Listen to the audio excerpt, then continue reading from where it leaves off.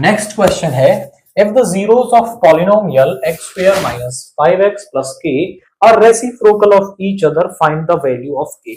हमारे पास पॉलिनोमियल दे रखा है, इस पॉलिनोमियल के जो जीरोस हैं वो एक दूसरे का रेसिप्रोकल है, तो वहीं से हम कुछ कंडीशन बनाएंगे और k की वैल्यू निकालेंगे। देखिए किस तरीके से, the given polynomial is,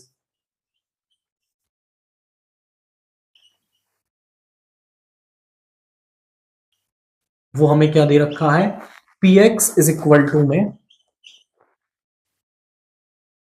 x square minus 5x plus के। अब आप ध्यान से देखें कि यदि मेरे पास आपका जो पॉलिनोमियल है वो ax square plus bx plus c हो, तो फिर वहां पे जो सम ऑफ जीरोस है वो क्या होता है, वो होता है माइनस का b अपॉन ए, और प्रोडक्ट ऑफ जीरोस है वो क्या होता है, वो होता है c अपॉन ए।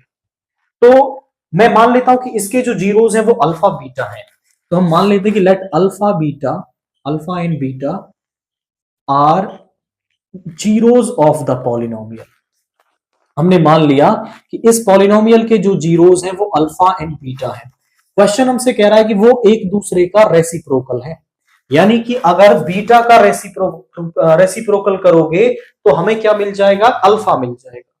तो इस बीटा को मैं यहां इधर ले आऊं तो यहां पे क्या हो जाएगा, alpha beta is equal to 1, यानी कि एक दूसरे का रेसिप्रोकल होने का मतलब है कि जो उनका प्रोडक्ट है वो 1 के इक्वल होगा। आई रिपीट माय वर्ड्स कि वो एक दूसरे का रेसिप्रोकल है। आप यहाँ बीटा ले लो, यहाँ अल्फा ले लो, कोई फर्क नहीं पड़ता, दोनों का जो प्रोडक्ट है वो 1 आ जाएगा, मतलब एक दूसरे का रेसिप्रोकल प्रोडक्ट 1 है।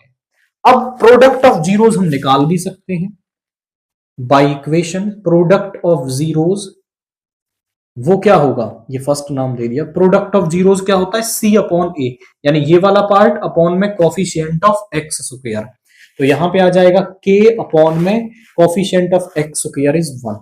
अब ध्यान से देखो तो ये भी प्रोडक्ट ऑफ जीरोस है और ये भी प्रोडक्ट ऑफ जीरोस है, तो दोनों आपस में इक्वल होंगे। हम कहेंगे from first and second, from first and second जो 1 है वो इक्वल होगा k के, यानी आप ध्यान से देखें तो हमें k की वैल्यू यहां पर मिल गई है। सिंपल था, अल्फा बीटा एक दूसरे का रेसिप्रोकल थे तो प्रोडक्ट 1 हो गया, वहां से प्रोडक्ट को कंपेयर किया है और हमें k की वैल्यू मिल गई है।